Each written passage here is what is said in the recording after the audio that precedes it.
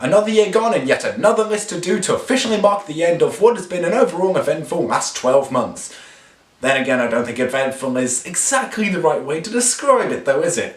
I mean, to be fair though, 2016 has given us some really weird things, like Donald Trump, Brexit, weird clowns walking through the streets of the United States, season 3 of The 100. It can't possibly get any worse than that, right? Right? Wrong! You see folks, besides all of that, there were also some very terrible films that came out. So it's time for me to come out of the woods where I've been living for the last 3 months to talk about the 10 worst films that I saw in 2016. And once again, I haven't seen every single one that came out this year. I'll put a brief list in the description below of all the other films that I didn't have the opportunity to see, mostly due to the fact that I had other commitments. And also, yet again, I ranked these simply based on which ones I would rather watch if I had a gun pointed to my head. So, without further ado, let's go! These are my top 10 worst movies of 2016.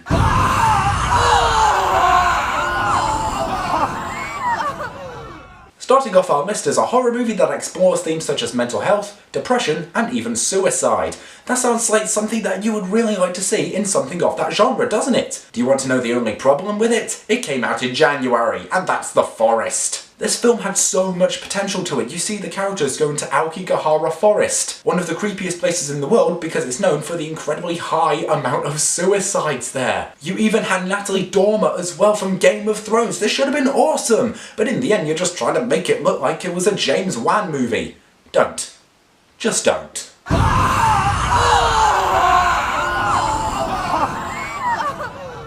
If you follow me on social media like Twitter or Tumblr or even Pinterest, then you would know that politics is a keen interest of mine.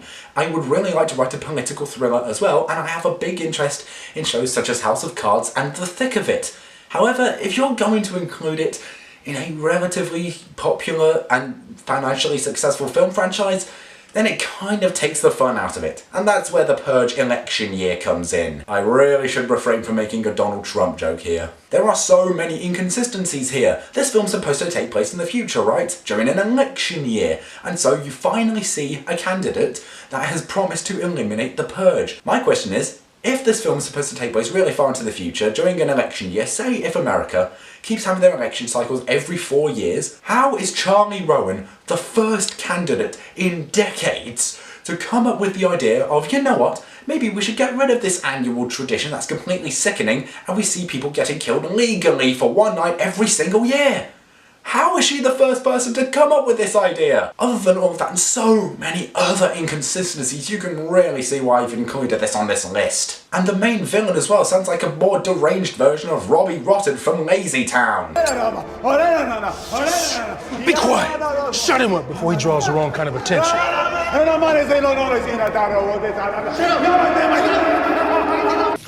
I got my snack, and I got my TV.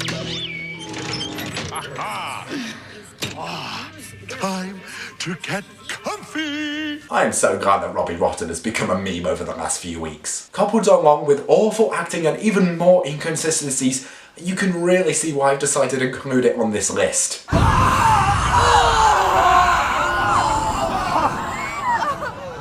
Up next, a sequel to a great but cheesy science fiction movie that came out back in the 90s, in which we get to explore the moon and other parts of the world. That sounds like a great idea, right? It is, unless you're thinking about Independence Day Resurgence, then you're most likely an idiot. This film forces you to stretch your suspension of disbelief beyond reach. This time it felt like pulling a rubber band until it snapped. I came here to see the sequel to Independence Day, I didn't come to watch Interstellar. It also seems to bring about this belief that you can go from worldwide destruction to a moon base within the space of just 2 decades. Why?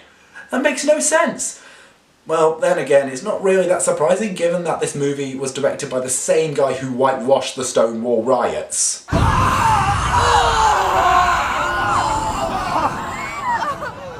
Coming in at number 7 is Teenage Mutant Ninja Turtles Out of the Shadows. It's Michael Bay! Okay, fine, I'll talk about it. Jesus Christ. Granted, I would rather watch this than the first film, but that doesn't necessarily make it good. I mean, I'm including it on this list for goodness sake. Casey Jones is not Casey Jones. Stephen Amell is just playing a whiny bitch most of the time. He seems to be acting like some 5-year-old who keeps on throwing a paddy tantrum because his parents want to get him a PS4 for Christmas. Not to mention the over-sexualizing of April O'Neil. Again! And even when it's revealed to the world who they are, the turtles still decide to go back into the sewers. Then again, what else are you supposed to expect from a Michael Bay movie? Mr. Bay, there is something that I would like to say to you. However, I've decided to leave it to one of the greatest movies ever made, Monty Python's The Life of Brian. Fuck off!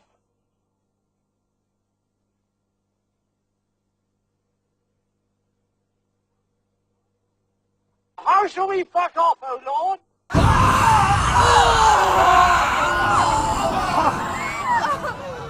Do you ever see those internet trends that keep on reappearing even though you really just want them to die already? Yeah, that's what watching Allegiant felt like in the cinemas. Seeing these kinds of films constantly reappearing in the theatres kind of feels like I'm seeing someone using troll face memes as a response. You're not funny, those memes are dead, get a life. Not to mention the overuse of cliches that were brought up in this film. I got enough of this in the Maze Runner and the Hunger Games. And guess what, unlike Allegiant, I actually didn't mind Maze Runner or the Hunger Games. If I wanted to watch something that was excruciatingly painful to sit through, I would have put on The Happening. Please tell us what to do! I need a second, okay? Why can't anybody give me a goddamn second?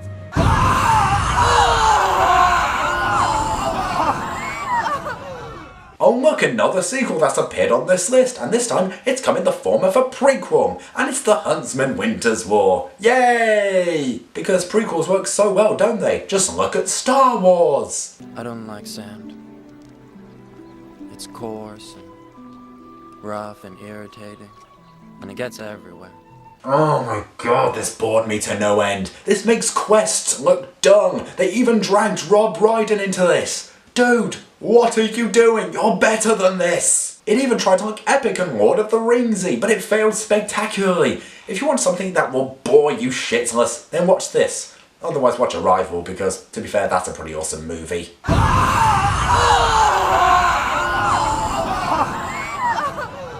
Do you want to see a movie that looks so much like a sequel to Unfriended, even though it isn't, but it looks so much like it that it annoys you? Then watch Friend Request. Do I really need to explain how bad this is? Just watch Unfriended! There are so many stereotypes of horror movies in here, it's riddled with jump scares, and the over-the-top use of violent and gory imagery. Jesus Christ, I got enough of this shit in the Saw movies and Sinister 2. I thought we were past this as a species. Alicia Debnam-Carey's acting is the only saving grace in this, and that's only because I think she was good in The 100. Other than that though, there is no way I could defend this.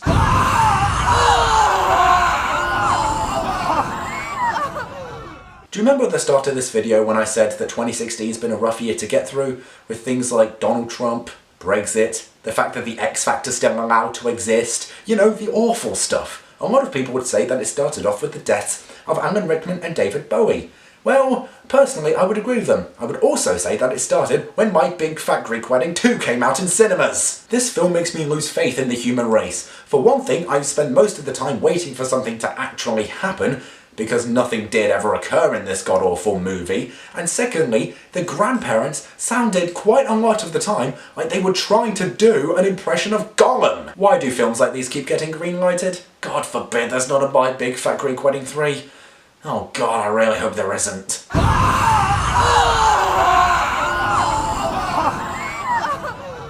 Okay guys, we're almost there. We're finally at the top 2, and coming in second place is the movie that makes me forced to say that cringe does not equal funny. And that's what I got when I went to see Office Christmas Party. Do you have any of those memories that you have when you were younger, where you did something really, really embarrassing, and they sometimes come back to haunt you years later? Yeah, that's this movie. The flashiness and over-the-top imagery were annoying enough as it is, and not to mention the fact that they were trying to make fun of social justice trends, it helps to give this film no redeemable qualities whatsoever. Don't watch Office Christmas Party. Please.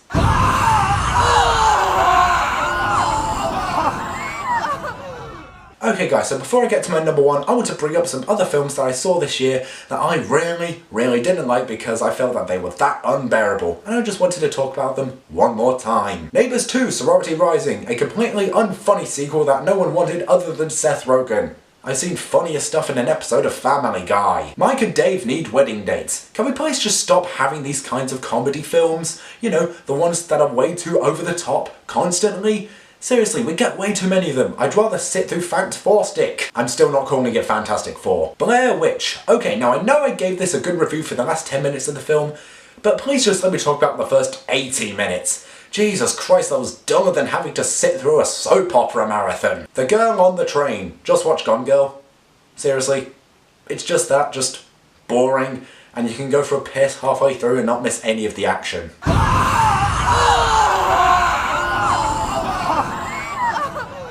So just like last year, before I get to my number one worst film of 2016, I want to talk about one more movie which I'm regarding as my letdown mention. This goes to the one that let me down more than any other movie this year.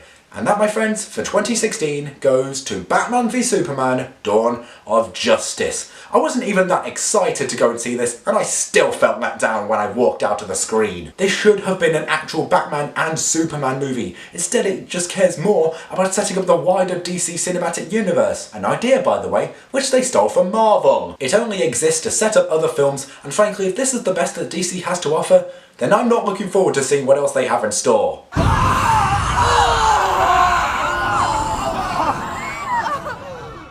Oh my god, we're here, we've made it. The worst movie of 2016. The movie that is so gut-wrenchingly bad that it is enough proof that there is no God. For a long time, a very long time, I thought it was going to be My Big Fat Greek Wedding 2, and I even thought it would be Office Christmas Party. But no, there was one. One more film that made it stand out from any other this year. One movie that made me question my faith in the human race. And that, my friends, goes to none other than 9 fucking lives! Oh my god, this is everything that is wrong with filmmaking put into 90 minutes of bullshit! It's Kevin Spacey being transformed into a cat.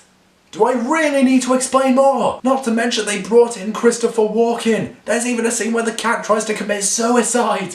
Yeah, that's totally kid-friendly, isn't it? At least Office Christmas Party had a couple of funny moments in there. There were a couple parts that made me giggle just a little bit. 9 Lives had none of that, and if you're going to say, oh, it's just a kids movie, you're not supposed to like it, then frankly, you have no right to give an opinion on anything, okay? Just because it's a kids movie doesn't mean you can rate it as stupidly and as humanly possible, okay? There will never, ever be anything to redeem this horrific mess of a movie. And that is why 9 Lives is the worst film of 2016. Well, I blew off a bit of steam there, didn't I?